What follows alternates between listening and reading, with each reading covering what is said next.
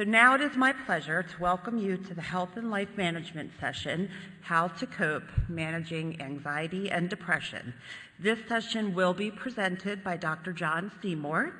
Dr. Seymour serves as chair on IDF's Board of Trustees and is Distinguished Faculty Scholar and Professor of Counseling and Students within Minnesota State University. So please join me in welcoming Dr. Seymour. Thank you, Nicole.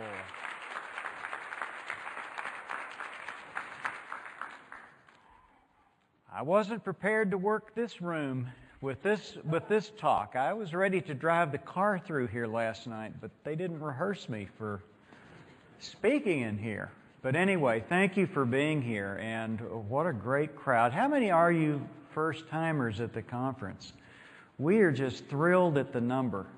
Just thrilled at the number. Glad that many are coming back, but part of moving the conference from coast to coast and in between is to try and give every part of the country a chance to do this and it not be quite the cross-continent experience that for everybody every year. So welcome. Yes, those cards will be at the tables because and there will be time for some conversation, and also at the end I can stick around for a few minutes if there are other questions. And at the end, there's also my email.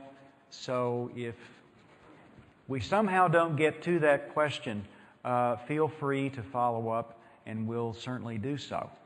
Dr. Jennifer Pate, Chief of Psychiatry at St. Luke's in Houston, was going to be an integral part of this presentation.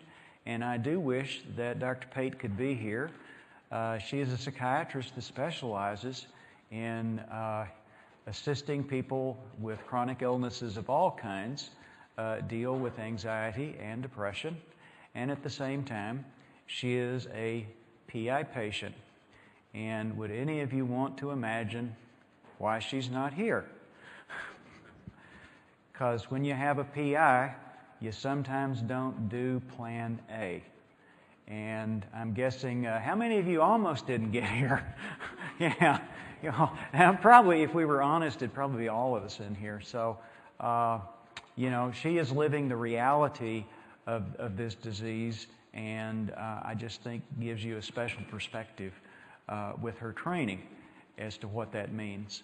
I, for one, also trained in Houston, but at a different hospital.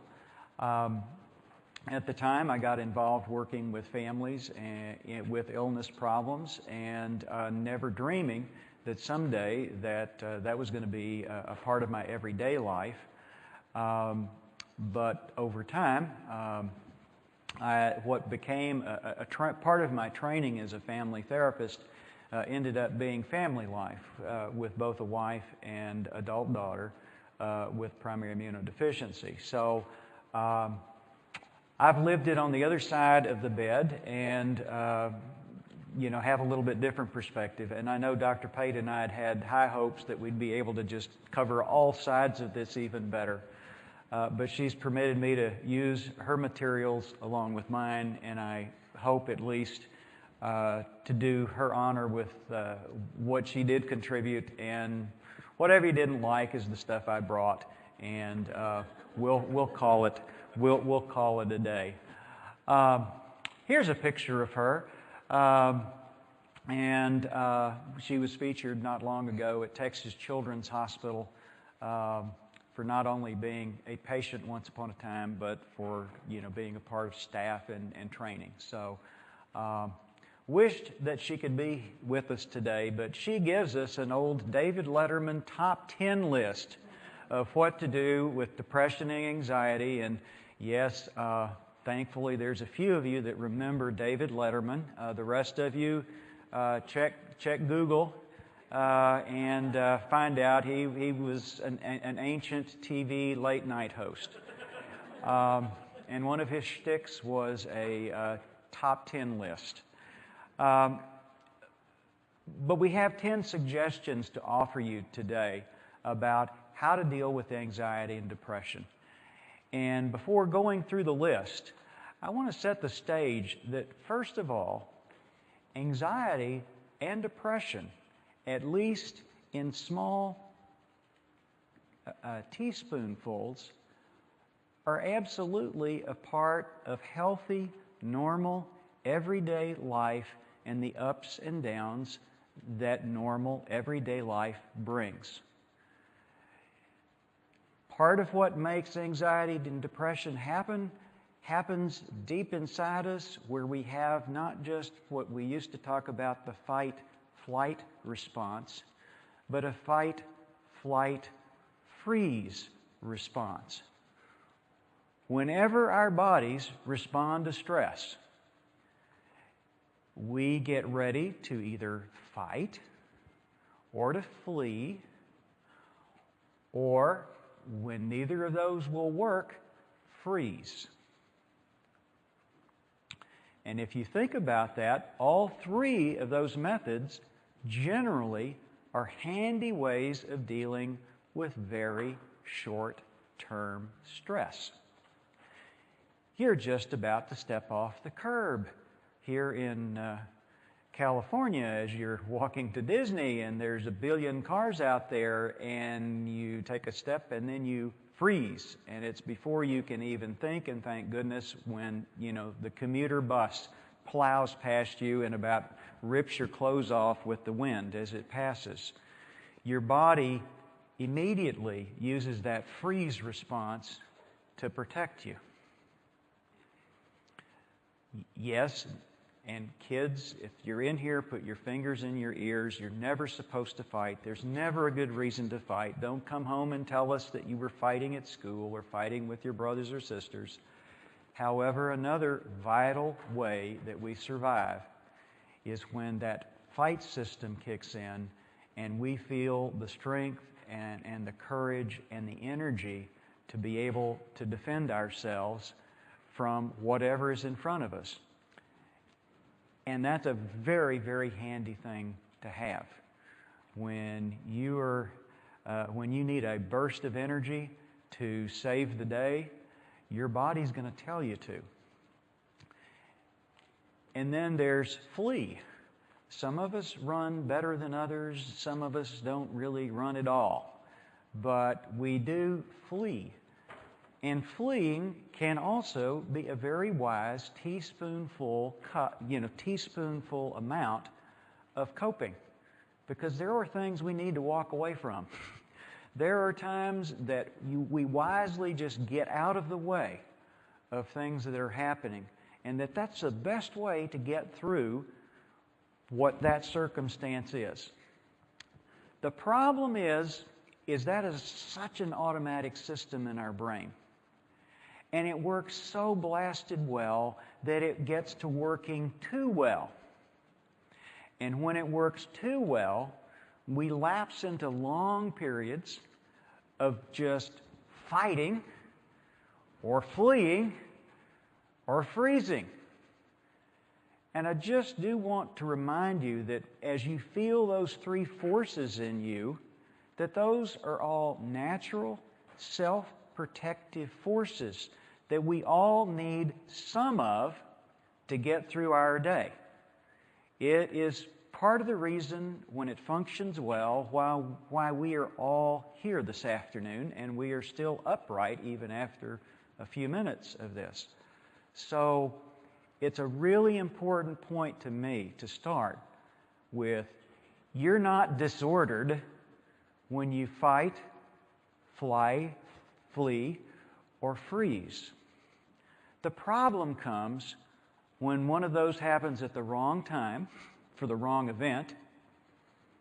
Instead of freezing when the transport bus is about to breeze by, you flee in the wrong direction.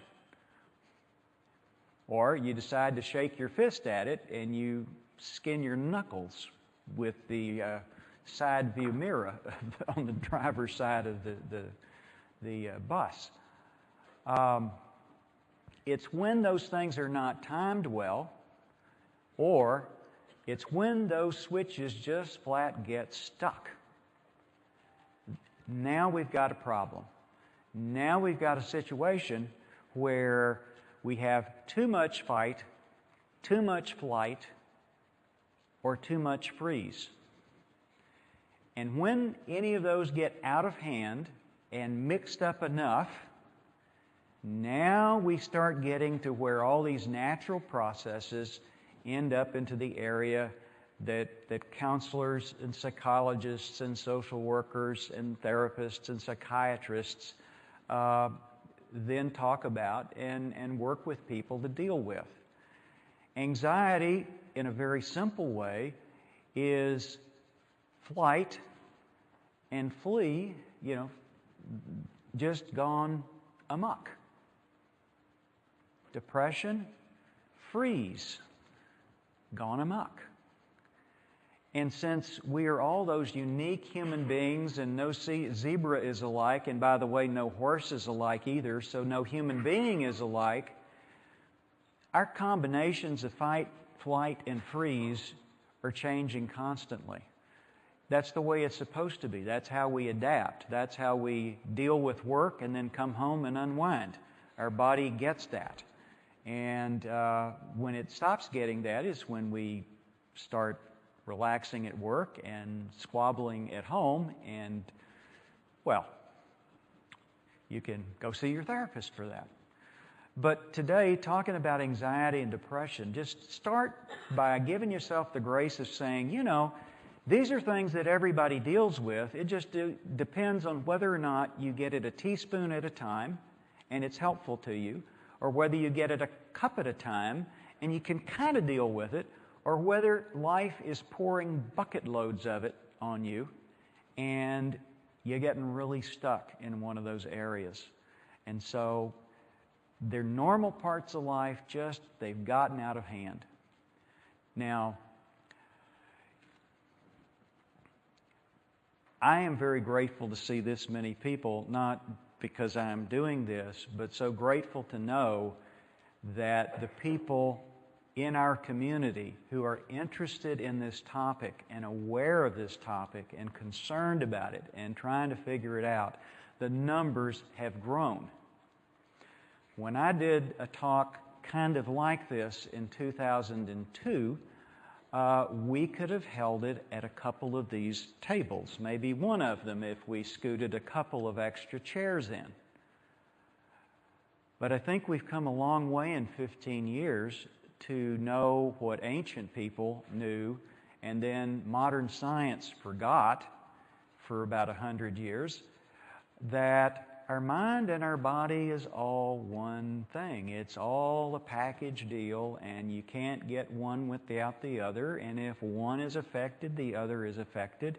It is a unit, just like families are units. And if one person in the family is affected with something, everybody shares that. If one person in the family is benefiting from something, that spreads around because it's a unit.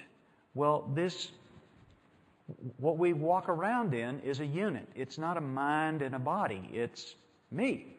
It's you. And what happens with your health from a physical health, see, we shouldn't even have that language anymore. I don't think it's so helpful, but I'll use it to be more understandable. The physical health impacts mental health. The mental health impacts physical health. It is never a one-way street. It is always a circular process.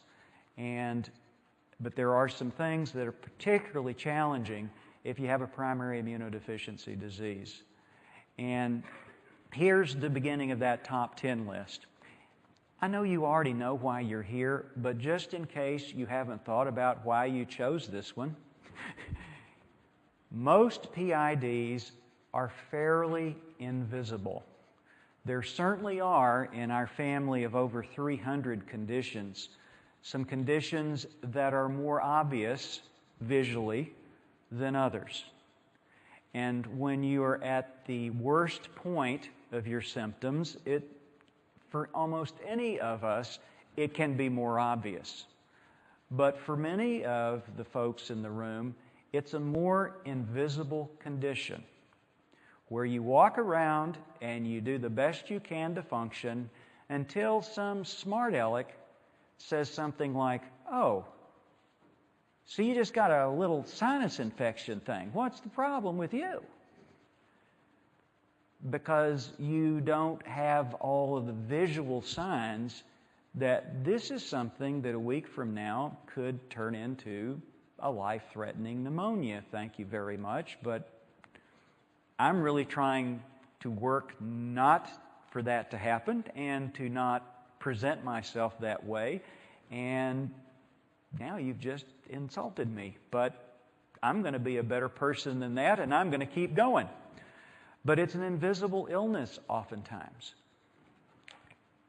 It is hard to understand the disease. I mean, I was one of those folks, and along with my wife and a few others in the room, that we've been to 8 of the 9 meetings. We're still learning. And thank goodness the physicians and the researchers are still learning, because you know better than anybody else here that there's still a lot of questions not answered. And every time I go to a meeting like this, I get more pieces put together. Finally. They finally figured out GI symptoms and primary immune deficiencies might go together. They didn't say that 15 years ago.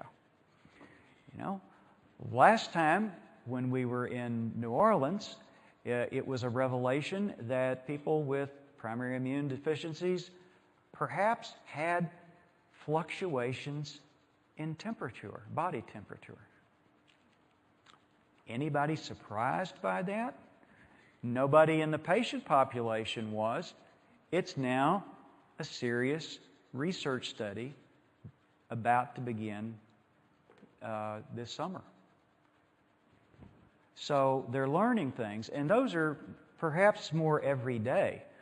But with Dr. Torgerson in the genetic session today, he's the bright geneticist who wears the bow tie. I'm not him. Oh my goodness! And I went to an international conference last year, and Dr. Charlotte Cunningham Rundles came in to give us an update. And I don't know the exact number, but the message basically was, when the conference started, there were X number of primary immunodeficiencies identified, and by the time the conference ended 4 days later, there were 3 or 4 that had been named at the conference that were new. That is pretty exciting, because for those of you who are in that group that it took you 3, 4, 7, 10, 30 years to be diagnosed, seeing people who said it couldn't be named, we're getting better at that, but there's a lot of unpredictability. And even with the great slides I've seen today, I don't understand the intricacies of what these physicians and researchers are doing. Another thing, this thing is unpredictable. You ever notice that? What did you say, Dr. Pate? Yes. She would agree with that one statement. It is unpredictable. And my goodness, how many have been on the way out the door to the restaurant and turned around and gone back in the door? Yeah. How many had tickets to a ball game, a concert, or something important to you, and had to call somebody an hour before and say, "You want a couple of tickets to the hottest act in town?" Yeah. It is unpredictable. Oh my gosh. The number of times I have talked to Delta about, we got this sick thing going on at my house, and we're going to have to change the tickets. Anybody do that? It's unpredictable. It's very hard. It requires regular treatments. Oh my goodness. We with some vacationing and some family events going on, we slightly altered the IVIG schedule at our house, and it's like, I don't know what day of the week it is. I mean, how could it be Thursday? I mean, we're supposed to be, doing this on Thursday, but what, we're going to do it on Saturday? It's regular. You got to work everything around. My wife has worked with her nurse from Credo. A little shout out to Credo if they're here. But, they've been working for 6 months to make sure that Okay, the conference is here, and we got to fly here, and when that treatment is going to be. It's very challenging. Has anyone noticed how expensive all of this can be? And are any of you alarmed that it could get a lot more expensive as we continue to try and fix the problem? I'm going to stay off of the politics, but please listen tomorrow to the advocacy workshop. If you think it's hard now, you wait until half the people don't qualify for Medicaid, half the people can't get any kind of insurance, and all of a sudden we're back to pre-existing conditions and lifetime limits of $100,000. Some of us gobble up that much in a month. And that's what you're going to get. So whatever your slant, however we do it as a country, I hope we do, because the expensiveness is not going away. I mean, what has gotten cheaper in my lifetime? I don't know. The price of buggy whips got cheaper and cheaper until they turned into antiques, and now the price has been beginning to go up again. But there's not many things in life that keep getting cheaper and cheaper. There's more additional diagnoses. The nice thing is, as you've been hearing, there's a lot of new sub-diagnoses with what you have, and it hopefully gets more personalized and better. But you're also realizing, as you make the rounds, that sometimes you also collect additional diagnoses because there's probably some autoimmune involvement or GI involvement or dermatology involvement. Different parts of us begin to react. The genetic concerns can't be underestimated. It is thrilling what we are learning, but the dilemma that the ethicists want to remind us of is everything we learn hasn't converted into what can we do, and how much should we torture ourselves with things that we know but can't do anything about until we know what to do with them. But should we ever withhold information from people who are eager to know? It's a mess. But that's why it's stressful too. The sense of loss of control. Wow. Not in charge. I'm not the captain of my ship a lot of days.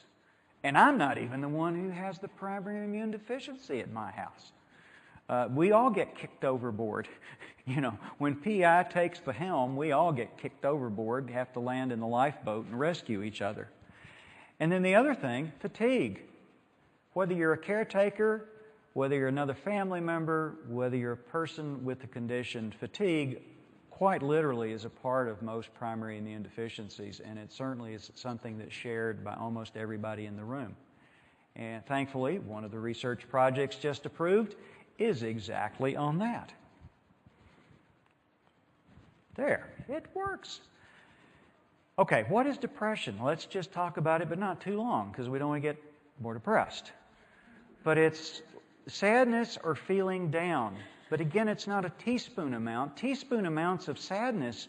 If you don't love, you don't lose. If you don't lose, you don't hurt because you've lost. If you don't care, if you care, you feel badly when somebody you care goes through something. We need those teaspoon amounts of sadness and feeling down to remind us of what we have, what we don't have, what we need to preserve, and who we love. It's that excess. The loss of interest in activities. Now, I mainly work with kids and teens, but this applies to adults as well. When a kid tells me they're not even interested in they're playing games on their phone, I go, ooh, that's not a good sign. That's like the last body function to go, or the two thumbs. And now that's, okay, making fun of the younger ones. Well, they make fun of the old folks. But all of us have things that we enjoy, and when you begin seeing those slip, And then you get a double whammy. If you have primary immune deficiency and you've had to slip some in terms of what you enjoy doing, and then you get too discouraged that it's like what the use, then you can see how this starts to grow. Excessive guilt. A few people in the world are not burdened with this. Those are the people around you that are the hardest to live with. Most of us are pretty hard on ourselves. Guilt is another one of those factors that a teaspoon amount is excellent. Just a teaspoon amount of guilt says, you could do a little better next time. Don't try that again. Take a breath before you say that. You know, when you get that amount of guilt, guilt as a teacher is a great thing. You know, guilt as a lead anvil landing on your head like Roadrunner and Coyote, that guilt does no good. And sometimes that kind of guilt goes with depression. Low energy level. Well, my gosh, now your secondary power system has just been unplugged. Primary immune deficiency just yanked half of your electricity offline. Now depression's going to yank the other half of your electricity offline, and you wonder why you can barely blink. Poor concentration. That is a very, very common symptom of being depressed. It is hard to know when poor concentration is depression. You know, you can't just say, oh my gosh, I forgot my keys, I must be depressed. But it is one of those things where you see day after day. Don't rule it out. Appetite changes with significant gains or losses. And doggone it, you know, at the two extremes, each group envies the other. Those who lose weight to nothing when they're depressed are jealous of those who eat themselves sick when they're depressed. And of course, the people who eat themselves sick when they're depressed just wish that they could be the other depression that would just, if I could just be depressed long enough to take off that extra 15 pounds. It would be worth it. Again, one of those mysteries of the bodies, when you get dysregulated with depression, it dysregulates everything, including appetite and energy, yes, even temperature and other things. There's a hopelessness that gets in those later stages that is a real concern. When people don't think about tomorrow. And the darn thing is, again, how do we kind of separate this out? Because when some of these PI conditions are at their worst, you know, it's not easy to think about, okay, what are we going to, you know, tomorrow's going to be a happy day. But again, a teaspoon of hopelessness now and then is probably okay. It's when those bucket loads start dumping. The social isolation. Boy, this is what these conferences are so amazing, because it's like you are not as alone as you thought.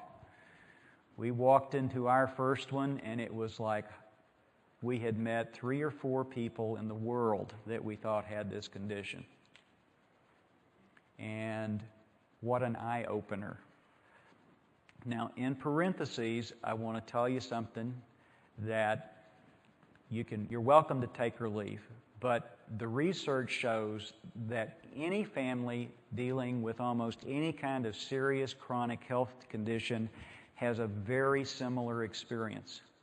So while you may be the only PID kid on the block, the only PID family that you know, you do know other families who may not have this condition, but they're dealing with things like juvenile diabetes and other conditions that are not the same from the medical perspective, but they're very similar in how it impacts families, how it impacts parents, how it impacts siblings, and how it impacts the well-being of that person with the condition. So I hope that you also maybe go find that other family in town that not only may have PID, keep looking, because they are there, the stats say they're there, but also realize that there are some other folks who may be very keenly aware of what it's like to cancel those plans, to almost be out the door to go out to eat and turn around and come back in, to sit late at night at the table and wonder how to juggle the bills, to find the energy for somebody to get up and take someone to the ER at 3 in the morning. There are other people who know. And so be curious when you go home. The hard thing to talk about is that there are sometimes some suicidal thoughts. Again, if they happen in teaspoon amounts, researchers tell us that an awful lot of people around have had some sort of self-destructive thinking in teaspoon amounts.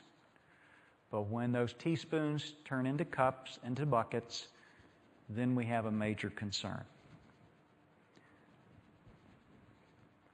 It just requires a firm, I don't have gamer hands, so this doesn't respond quite as it should, but I'm getting it, don't you worry. Anxiety, well, the one we think about the most is panic attacks.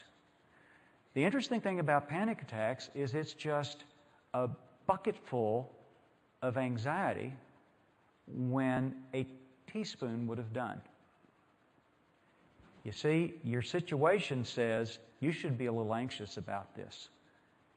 And what the body would do at its best is just to give you a teaspoon of that worry, and you could go, oh, I got to think through this. I got to think differently. In a panic attack, about 10 buckets drop on your head at the same time. And the body instantly accelerates from 0 to 100 miles an hour in, oh my gosh, there is something terrible going on. And so the immediate physiological rush of the pounding heartbeat and the breathing and the tightness of the chest and the clamminess and all of those things. And it's very, very scary. Now, I'm not the physician in the room, and I'm not going to play physician in the room or pretend to be one. I can say that a physician has shown me an ER text about 20 years ago, a page with a table that said primary presenting symptoms of panic attack, primary presenting symptoms or patient complaints. You know, how do you describe it of a panic attack and a heart attack?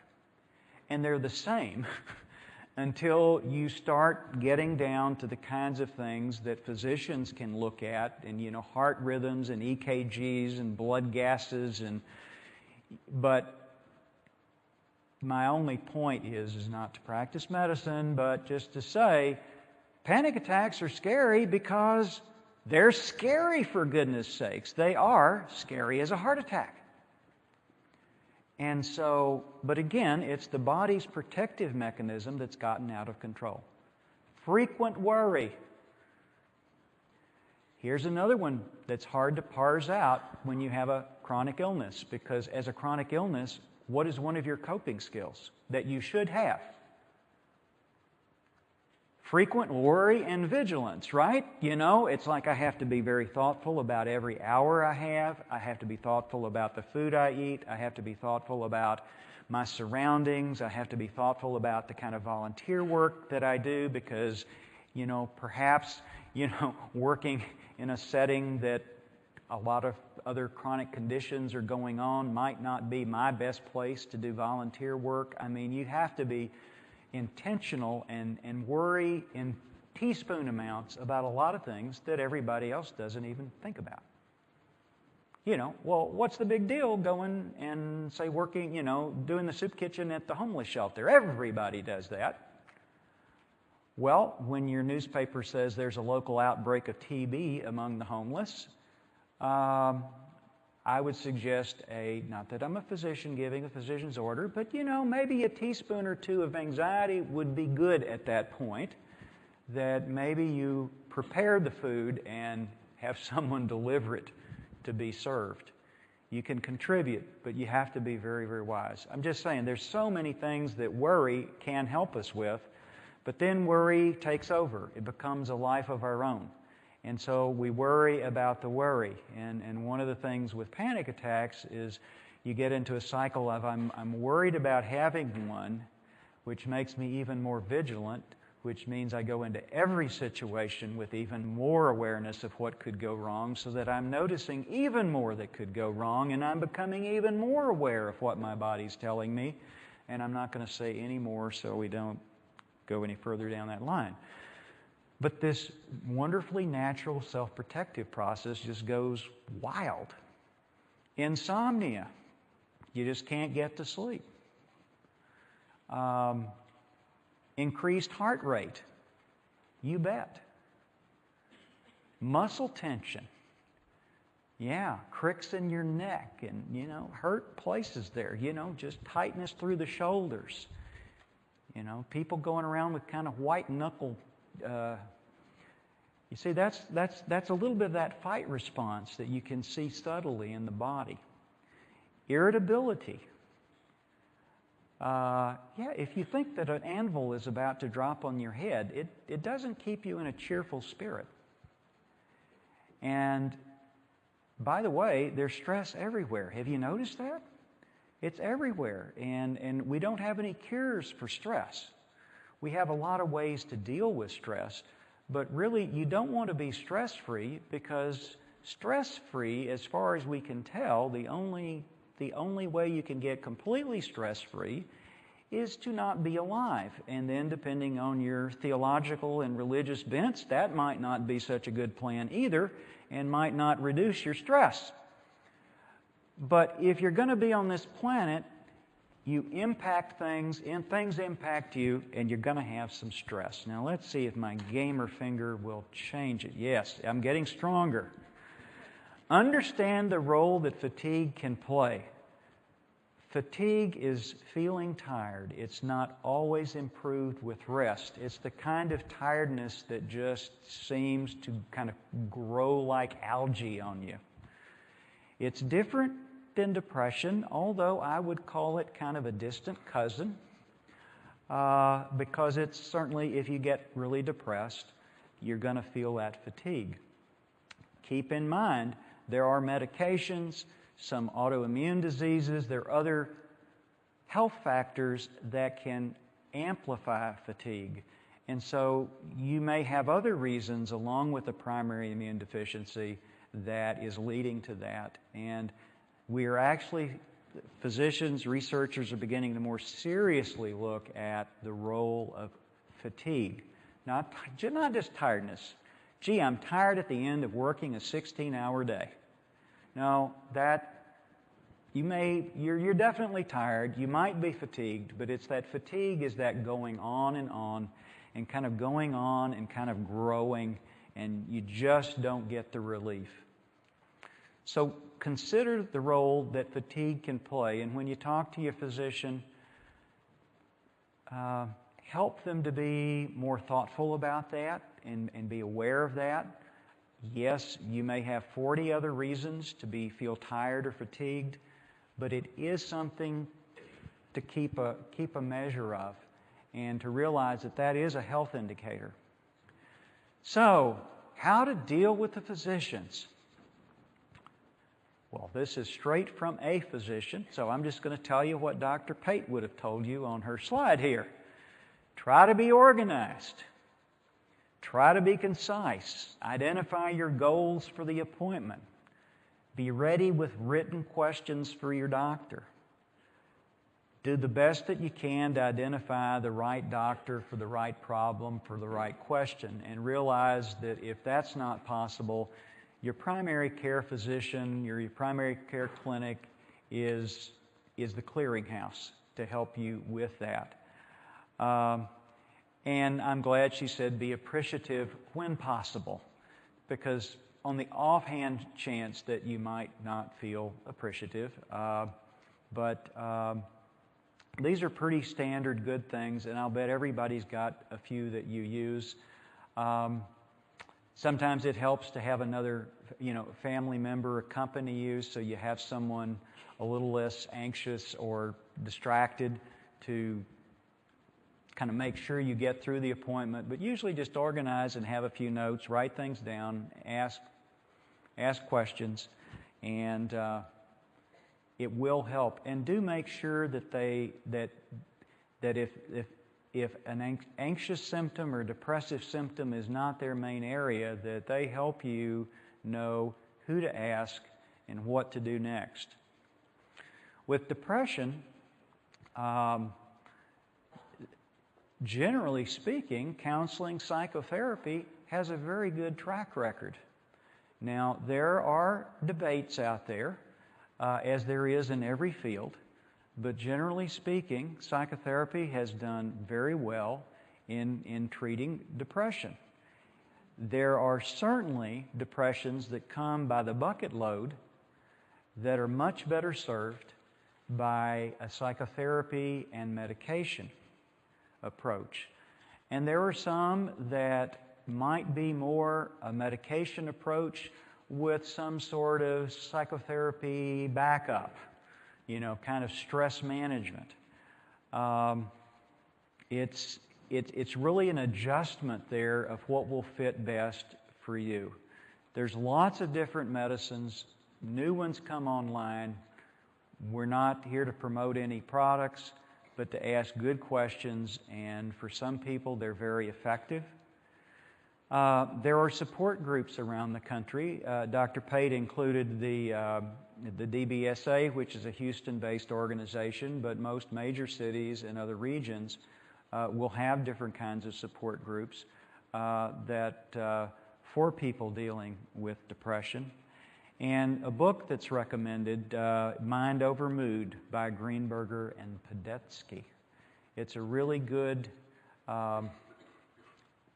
it's one of those very good reads about what it is that a family member or a patient, can understand a lot better, and that is part of that.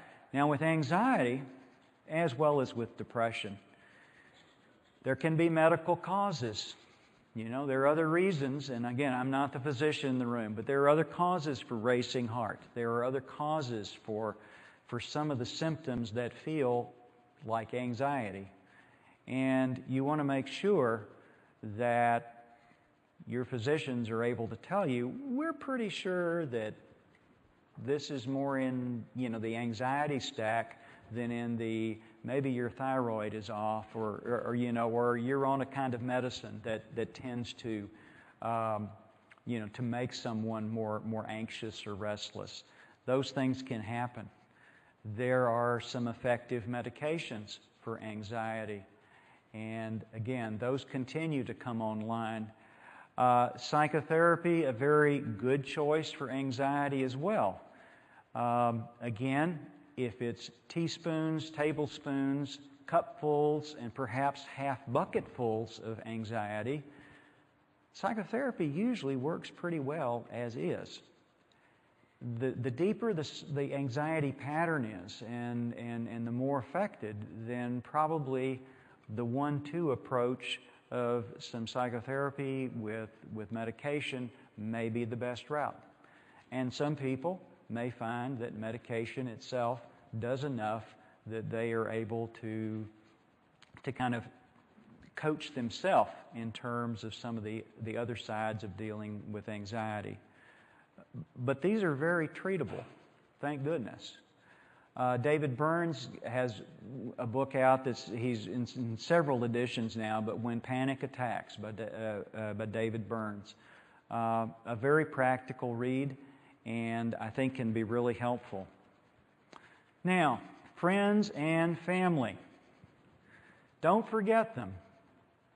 In a talk that I've done in other years about caretakers, we have both family members as well as patients in here. The largest healthcare corporation in the United States that provides more dollars of health care than any other provider? Who is the largest provider of health care in the United States? Do you know? No? Yeah, that's what, you would think the government maybe. Guess who?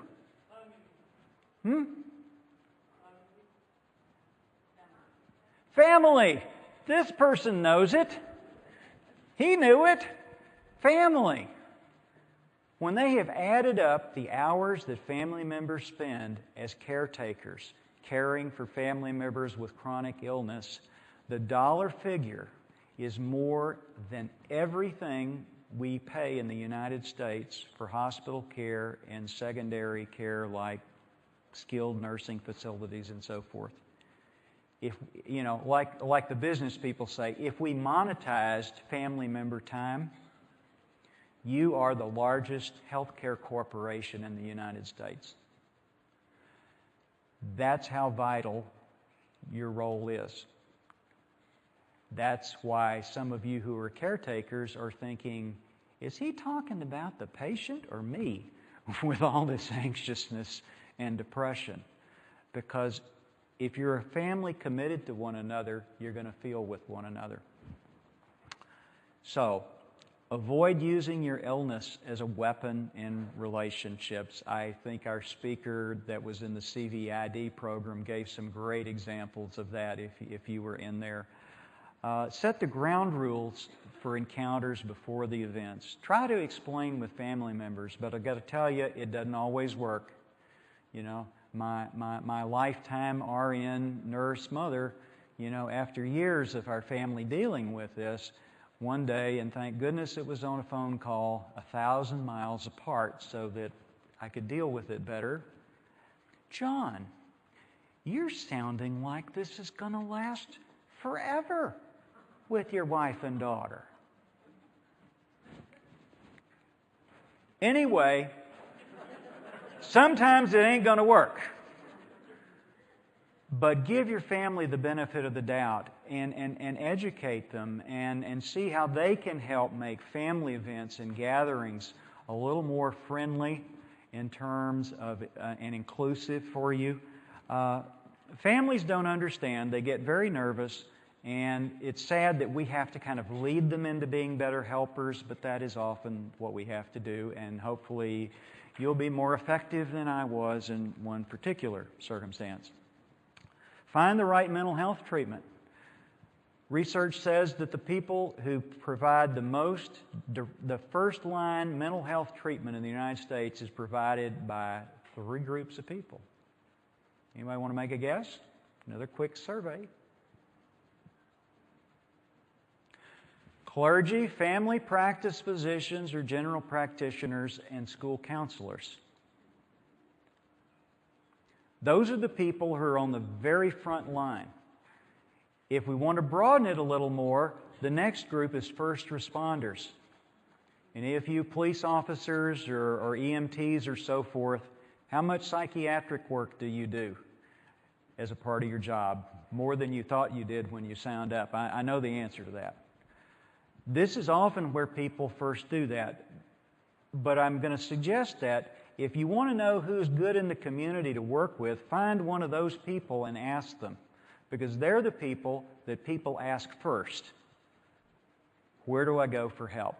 Now, that's not on Dr. Pate's part, but that's on my part. So if that doesn't work, it's on me. But I find that to be a pretty good rule of thumb. Because not everybody feels comfortable turning to a friend and saying, somehow it's okay for, bunions and corns, but we're not going to turn to everybody and say, who do you see when you get sad or discouraged or depressed? Yes, insurance panels, some of which are very locked into plans. That's the downside. The upside of that is many of those plans have referral sources. They actually occasionally have real human beings who help you make better referrals to people who may be a better fit or at least give you a good chance. There are online lists like the Psychology Today list. Many of you may have an employee assistance program, and your employer may provide these third-party referral sources that can give you names in the area and generally the names in the area of people that will be in your plan. And ask other patient families in the area. The biggest thing is you got to find a purpose. And I would say that for many people that is a spiritual faith base. For other people, it's understood a little differently or more broadly. But we've got to find things that are meaningful to us, like working, volunteering, sharing your story. Have you been inspired by some of the stories you've already heard, and you haven't heard them all yet? You all have a story, just how you got here today. And who did you meet that introduced you to IDF, that introduced you to other activities, that introduced you to here, that got you here? That's a story. And I hope you'll share it and be smarter than me and listen to what Rich said this morning. Use that social network and all those things that I don't understand and spread the word. I'm going to go to the last one in terms of discover a life beyond your illness. You're not the illness. We can't compromise on that. And then Dr. Pate's point was find a bond in animals, and she gave us a picture of her dog, but I'm sorry, it's not just her dog that you'll have to look at, because there's the grand dog. So my wife will tell you this is our primary therapist, although we also have a two-legged therapist, but the four-legged ones work awfully well. And I would have to have Dr. Pate speak to the credentials of the one on your left. I can speak to the credentials to the one on the right. And so that's where we are. If we have some questions, and Nicole, Luke, what time do I have right at the moment? About 5 minutes. I'm thrilled. Great. And again, as you've heard in other sessions, the ones we don't get to, we keep them, staff goes over them, and we turn them into what should we talk about next time? Or here's a few questions that we could answer in the next online primary immune tribune, or some other, or in the next newsletter or in the next magazine. So, some of these I write the Q&A. Yes. So Nicole is one of the major voices you hear if you call in and you ask for specific assistance. And so she keeps incredible records of the needs that you're experiencing and the questions you have in your life. As parents of I think I ought to just look at it in just a second.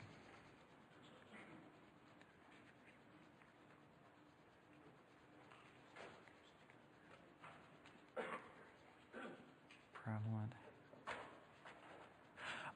Okay, here's one that's kind of in my area in terms of asking about a 4.5-year-old, and is it possible at that age with a primary immune deficiency that you could see signs of anxiety and depression? And the answer is yes. Now, in prevalence throughout all children, there's a small amount. The prevalence of children with any kind of chronic illness and some anxiety or depression does go up a little bit. Notice that I'm not saying here and here, but I am saying you need to be aware, 1 in 4 or 5 will have some symptoms. 1 in likely 8 or so with a PID may at some point have those symptoms. But think in terms of recipes. If you see teaspoons, that's one thing. If you see more, it's another. One of the things I think about is, and I'll try to draw the line here in the air, life has ups and downs. Watch how the ups and downs go with you or your family member. If life's going pretty good and your family member's is kind of or if your family member is going then those are times that you think about maybe there's some symptoms there. On the other hand, when life is kind of going like this and you or your family member are kind of having ups and downs and they kind of match, then we call that life. Again, it's that teaspoon amount. When you start seeing those buckets land when there's not a lot of reasons for being sad or not a lot of reasons for being really, really worried, those are the times. That's a very soft thing to think about, but it's pretty darned accurate. And what can you do to avoid anxiety, depression, and that with children? Well, first of all, there are wonderful therapists who do work with children. I have trained lots of them in southern Minnesota, but you don't all live there. But there are folks that are very capable in working with younger kids with illnesses, teenagers with illnesses, adults with illnesses. They are out there. You will, I think, more likely be able to access them through a good family referral, friend referral, or your family physician referral, or your specialist, your immunologist, because they'll know who works in the area. The other thing I say in all kindness, being a parent and a spouse, of if you don't take care of your own worry and depression as the caretaker or parent, you're not going to be as effective in helping the anxiety and the depression in whoever it is you're trying to help, whether it's your 4.5-year-old or a spouse or your teenager or your adult child who lives in another state. We have to look at ourselves. How do you deal with medical doctors who tell their PI patients that illness or infections are psychosomatic and due to anxiety? I got to be very thoughtful, because the first 8 things I'm thinking, I'm not going to say in public on a live mic. But you can think them and feel free to do any one of them when you have been this disrespected, okay? This is a sign of disrespect. So take a big breath. Try to regain respect in the room. Try to explain yourself again to be taken as seriously as you are about your anxiousness or discouragement as you have just been your trough levels or your heart rate or your albumin or your this and that or your up and down or your ABCD. Okay? If that doesn't do it, you need to make a good personal decision about who you want to be a provider. Behind those statements are evidence that is thousands of years old, and that is definitely in today's medicine, that there is no such thing as just a body problem and just a brain problem. By the way, when we first start our cells, first start dividing as we begin to be created, it's all one cell. And we have to develop all this difference out of one cell. Our insides and our outsides are all one part. And anyone who thinks they're not either doesn't know the science or they don't know respect. And not that I have an opinion, or have I ever really stated it. And so you can only imagine what I was said off record without the mic. We have time for one more. We have time. Is meditation helpful for dealing with anxiety? Well, there are dozens of different ways to help your physiology calm down. Meditation is one of them. The fascinating, and there are all sorts of ways. Some people, well, I don't do meditation. I have a circle of prayer with my friends.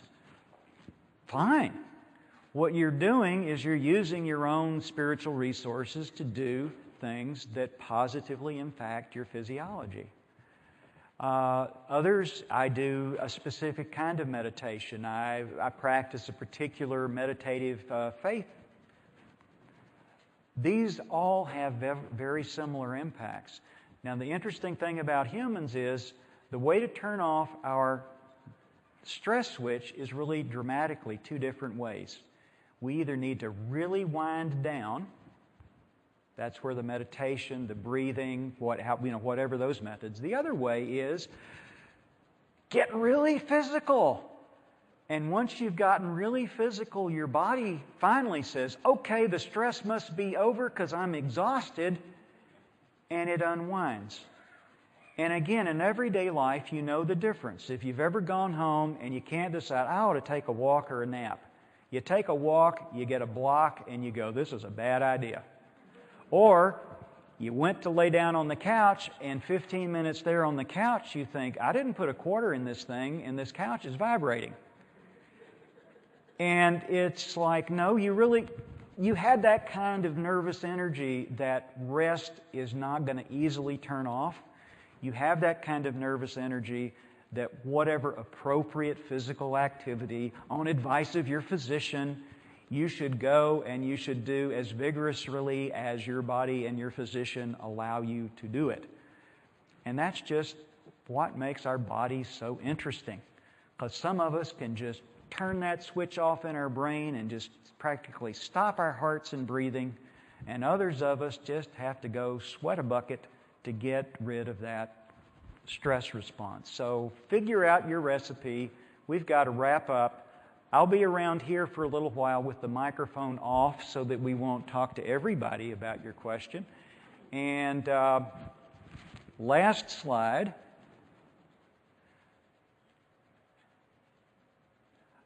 Why didn't I keep my dog's picture there? But anyway, just imagine that that's the black dog instead of the fountain at Minnesota State. But there's my email at the bottom if you want to follow up. So is there anything from announcements or what to do next? Or we see them at the gala tonight. And if you think last night was something, you ain't seen nothing yet.